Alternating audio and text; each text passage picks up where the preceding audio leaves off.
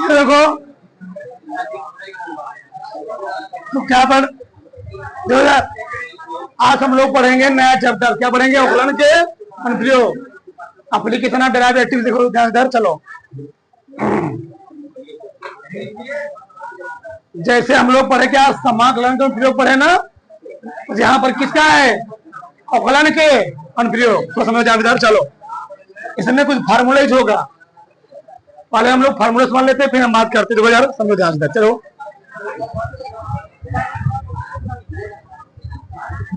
पहला है घनाभ।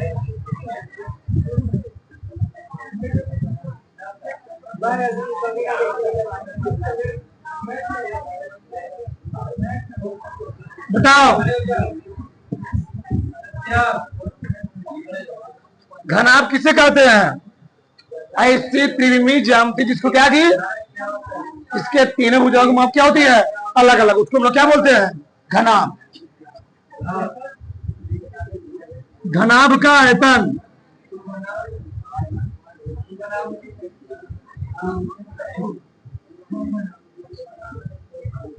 भुजा का क्यूब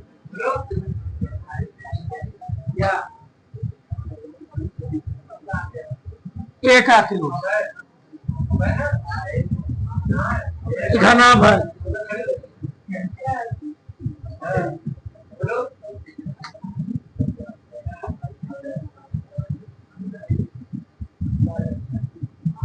ठीक, घनाभ है। देखो ना, घनाभ का पृष्ठीय क्षेत्रफल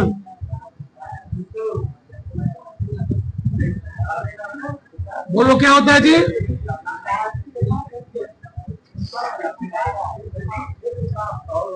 दो गुणे क्या लिख रहा हूं?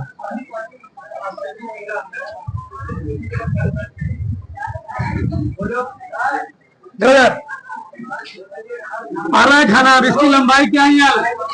चौड़ाई क्या है? ऊंचाई है एच। जो घनाभ का आयतन होता है वह होता है एल बी एच। घनाभ का पीछे पर कितना होता है? 2 गुणे एल पर बी गुणे एच। सही है। आगे, घनाभ का संपूर्ण पृष्ठीय क्षेत्रफल क्या होता? बताओ। 2 गुणे L B plus B H plus, मैं सब लिख दे रहा हूं। ठीक, घनाभ के ये हो गया आयतन, हो गया क्षेत्रफल, क्या हो गया? संपूर्ण पृष्ठीय क्षेत्रफल। तो बता, घनाभ का विकर्ण जानते रहो सब।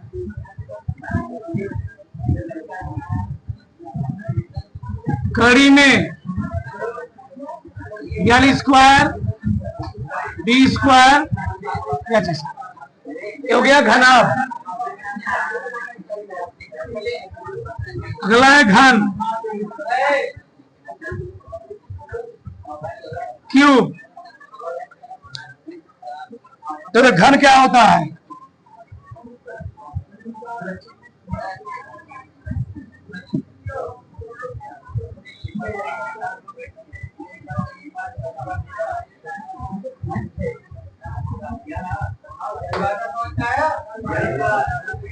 इसकी भुजा कितनी है जी? ए है।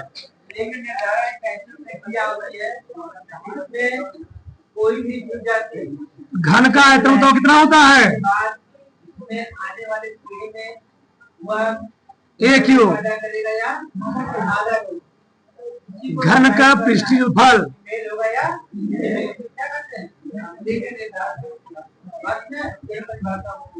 कितना होता है? बोलो। 4a स्क्वायर, वही घन का संपूर्ण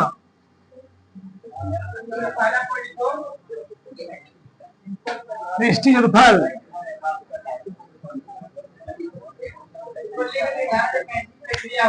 क्या होता है 6a²। सब जानते हो, मैं सब लिख दे रहा हूं, ठीक। घन का विकर्ण लिंग निर्धारण एक ऐसी प्रक्रिया होती है।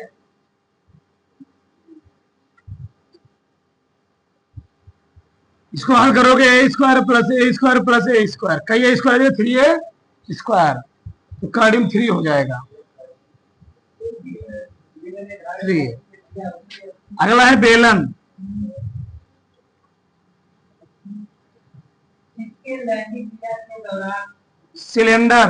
इसके लैंगिक क्रिया के दौरान आने वाले पीढ़ी में लिंग निर्धारण की ऐसी प्रक्रिया होती है। इसके लैंगिक क्रिया के दौरान आने वाली पीढ़ी में या चाहे ये आ रहा है, दिखते हैं। बेलन का आयतन बताओ, बेलन का आयतन क्या होता जी? πr²। बेलन का पृष्ठफल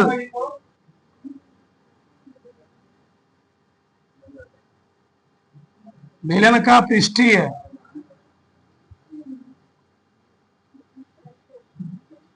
2πrh।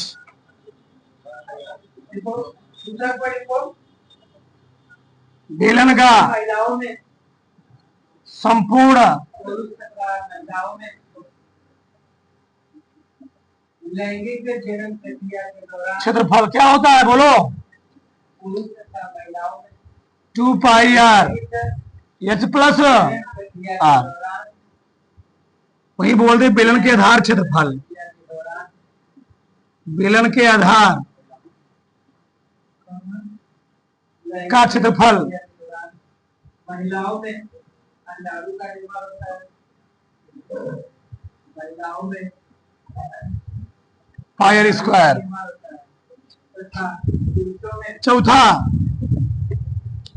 चौथा है शंकु। कोण।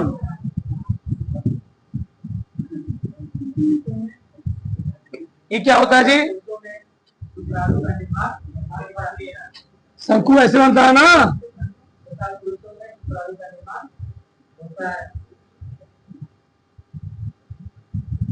इसकी तिरछी लंबाई है, ये परपेंडिकुलर लंबाई है, ये त्रिज्या है। जो शंकु का आयतन होता है वह बेलन का आयतन 1/3 होता है। शंकु का आयतन 1/3 πr²h।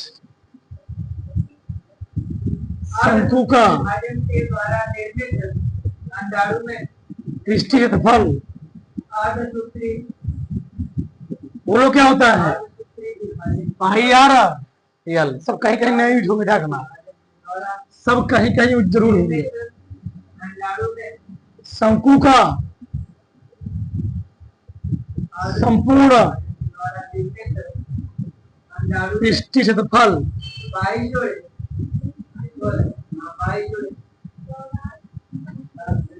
पाई और कोशक में l प्लस r।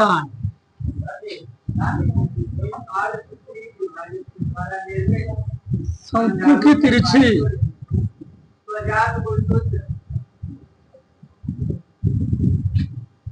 लंबाई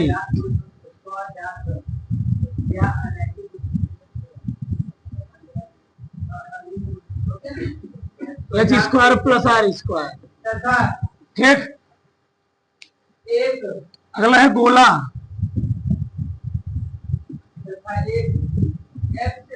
स्फीयर।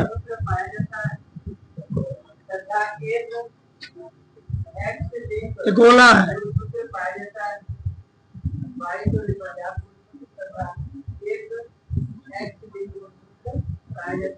त्रिज्या है।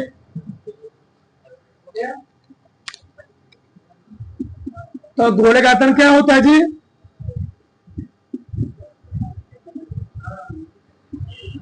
क्या होता है? 4/3 पाई आर क्यूब। नेक्स्ट पॉइंट गोले का नेक्स्ट पॉइंट है शुक्राणुओं में विभिन्नता के कारण पृष्ठीय क्षेत्रफल शुक्राणुओं में विभिन्नता के कारण 4 पाई आर स्क्वायर। वही गोले का विभिन्नता के कारण पुरुष संपूर्ण पृष्ठीय क्षेत्रफल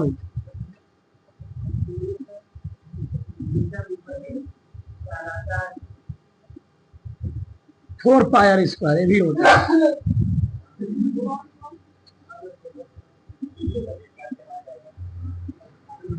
अगला है अर्धगोला। जिसमें हेमिस्फीयर। ये क्या होता है? गोले को भी आधा कर दो।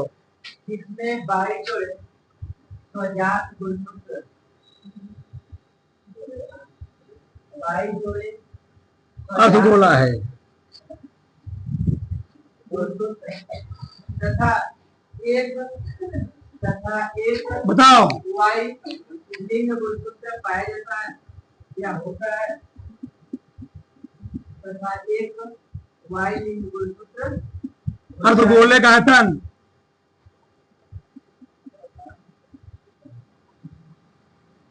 पाई आर क्यूब। अर्धगोले का पृष्ठीय क्षेत्रफल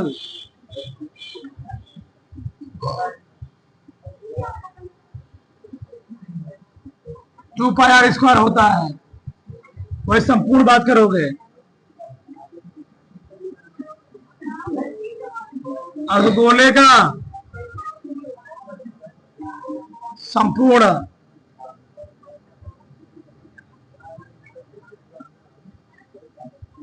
क्या होगा जी? 3 पाई आर स्क्वायर। ठीक, चलो तो वहां क्या है? वृत्त सर्किल। तो वृत्त का क्षेत्रफल क्या होता है? लिंग निर्धारण के दौरान मानव में लिंग निर्धारण के दौरान वृत्त का क्षेत्रफल पाई आर स्क्वायर। वृत्त की परिधि 2 पाई। चालू देना। ठीक, थोड़ा सा अगला सवाल क्या है जी? चलो, क्या दिया हमें? वृत्त के क्षेत्रफल के परिवर्तन की दर इसकी त्रिज्या के सापेक्ष ज्ञात कीजिए। जबकि त्रिज्या दे दी गई हमको, मान लेंगे। माना वृत्त की त्रिज्या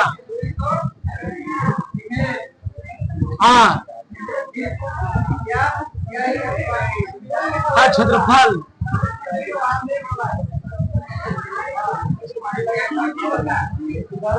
ए है तो क्या लिखेंगे? वृत्त का क्षेत्रफल तो क्या होता है जी? ए बराबर पाई आर स्क्वायर। परिवर्तन हमको किस हिसाब से निकालना है? त्रिज्या के सापेक्ष। जब परिवर्तन कहेगा जिसके सापेक्ष उसी हम क्या करेंगे? मालूम को पूछा त्रिज्या के सापेक्ष लिखेंगे डी ए अपान क्या लिखेंगे? D D R into A R के सापेक्ष। तो डी आर पाई आर क्या बताओ? डी आर पाई बाहर चला गया। आर स्क्वायर का के सापेक्ष कितना होगा? 2r। कितना गया? डी आर आर का मान दिया गया है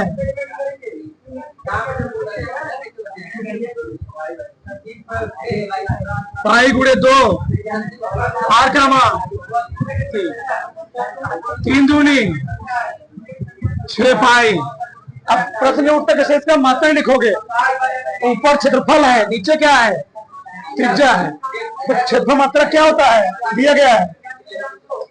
अगर त्रिज्या है 3 सेंटीमीटर, क्षेत्रफल कितना आएगा, सेंटीमीटर स्क्वायर। तो ऐसे लिखोगे सेंटीमीटर स्क्वायर प्रति सेंटीमीटर। ध्यान रखना, एक कटेगा नहीं, ध्यान रखना। ये बता रहा है ऊपर क्या है क्षेत्रफल, नीचे क्या है त्रिज्या है। तो त्रिज्या के सापेक्ष क्या निकाला मैंने, क्षेत्रफल निकाल लिया। क्षेत्रफल का मान किसे ऊपर निकालिए, त्रिज्या के सापेक्ष 6 पाई आ गया। अगला सवाल रख सकते हो। एक पत्थर किसी शांत जल में गिराया जाता है, कहाँ गिराएगी जी, शांत जल में। तो लहरें 4 सेंटीमीटर प्रति सेकंड की दर से क्या हो रही है, वृत्त में। सही लिखा हूं मैं ना, 4 सेंटीमीटर प्रति सेकंड की 4 साथ सही है। बिजली गति करती है, तो क्या दिया, वेग दिया ना, 4 सेंटीमीटर प्रति सेकंड की 4 से बिजली क्या थी, गति करती है। मतलब जो वृत्त जब लहर है, पानी पत्थर फेंक दोगे तो लहर कैसे बढ़ेगी, एक वृत्त का रूप धारण करते बढ़ेगी ना। उसके वृत्त के क्षेत्रफल जो परिवर्तन हो रहा है, त्रिज्या जो परिवर्तन है वो कितना है, पहले मान लो। अच्छा पहले मानो, माना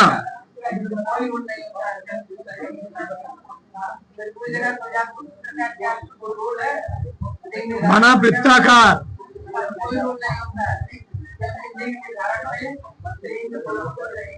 लहर की त्रिज्या आर तथा क्षेत्रफल ये है।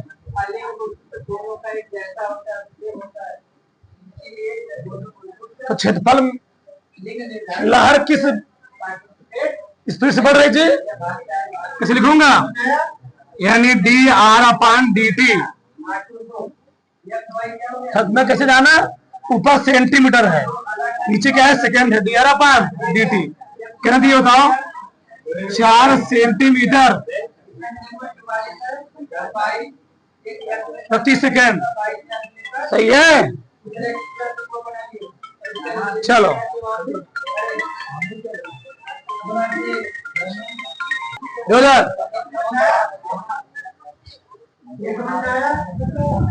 डीआर पॉइंट कितना दे दीजिए, 4 सेंटीमीटर प्रति सेकंड। हमको निकालना क्या है, क्षेत्रफल में क्षेत्रफल किस दर से बढ़ रहा है, तो निकालो। बताओ वृत्त का क्षेत्रफल क्या होता है,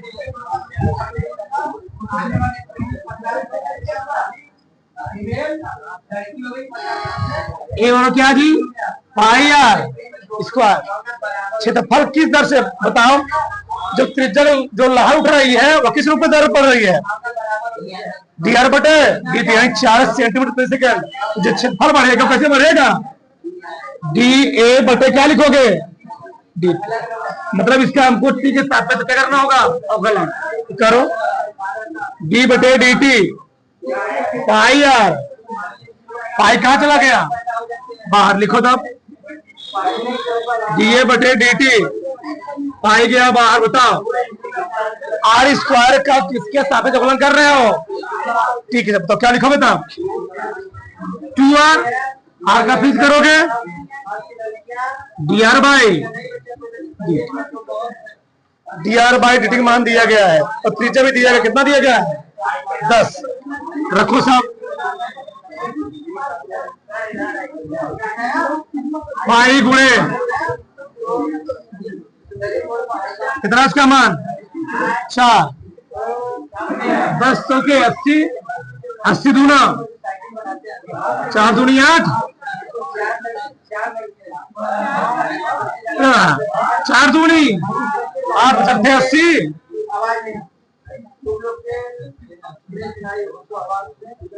80 पाई किसमें लिखोगे, क्षेत्रफल है, किसका क्या लिखोगे, सेंटीमीटर स्क्वायर प्रति वृत्ताकार प्लेट के क्षेत्रफल में परिवर्तन दर ज्ञात कीजिए। किसके सापेक्ष? इसकी परिधि के सापेक्ष निकालो। मान लो माना वृत्त का माना वृत्त की त्रिज्या r,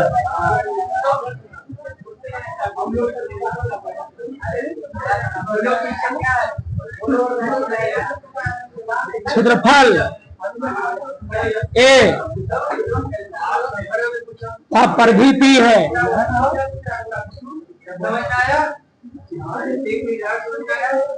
परिधि p है।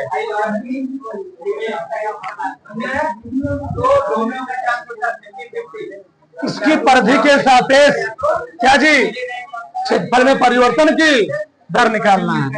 बताओ वृत्त का क्षेत्रफल क्या होता है?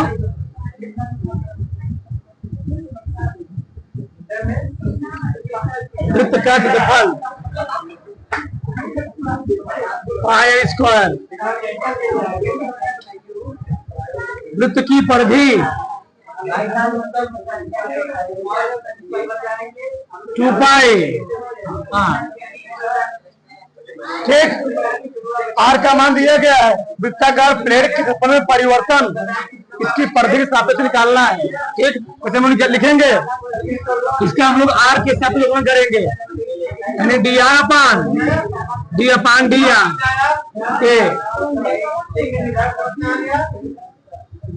Pi square.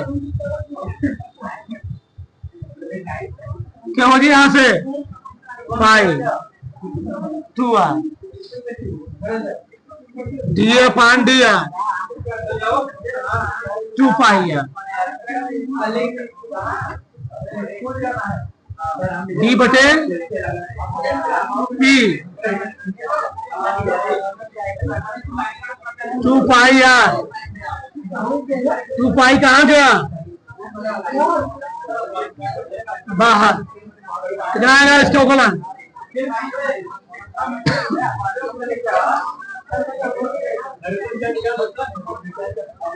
2 क्षेत्रफल का परिवर्तन किसके सापेक्ष? परिधि के सापेक्ष।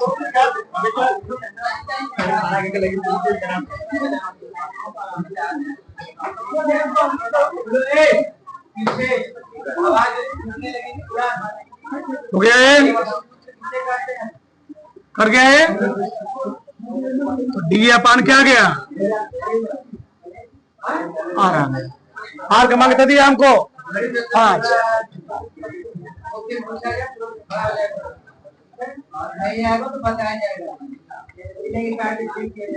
पांच रखो। कितना गया जी? इसको सेंटीमीटर स्क्वायर प्रति सेंटीमीटर। चलो बड़ा से कर लो।